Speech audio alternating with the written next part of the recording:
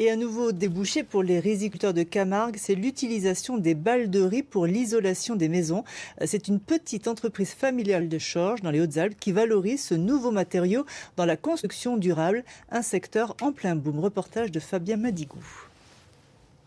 La balle de riz, un fardeau pour les riziculteurs, un véritable trésor pour ce charpentier haut alpin.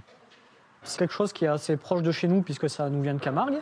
On appelle vulgairement la balle de riz, mais en fait, c'est les demi-cosses du grain de riz qu'on obtient après décortiquage de la céréale. Imputrescible, dotée d'une grosse inertie thermique, la balle de riz permet une forte isolation. Un pouvoir qu'a découvert Sébastien Boileau en 2010, mais qui arrive seulement maintenant sur le marché, après avoir été validé par des bureaux d'études. D'ailleurs, pour optimiser les qualités du produit, tout doit être calculé. Donc on a 15 kg dedans et on devrait avoir 185. Donc on s'aperçoit qu'il nous manque à peu près 60 kg de balles. Donc on va compléter à l'intérieur du module et le reposer une fois.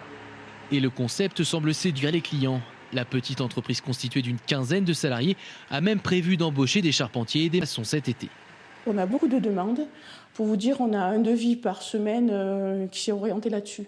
Et en plus, vu qu'on est les premiers dans le département, voire en France, les gens viennent nous voir. Donc on a même des devis sur Chambéry, sur Lyon. Il faut dire que les tarifs proposés restent raisonnables et dans la moyenne de ce type de construction. L'ossature en balle de riz se place dans le même ordre de prix que toutes les autres ossatures bois, qui reste toujours un petit peu plus cher que la construction traditionnelle en maçonnerie.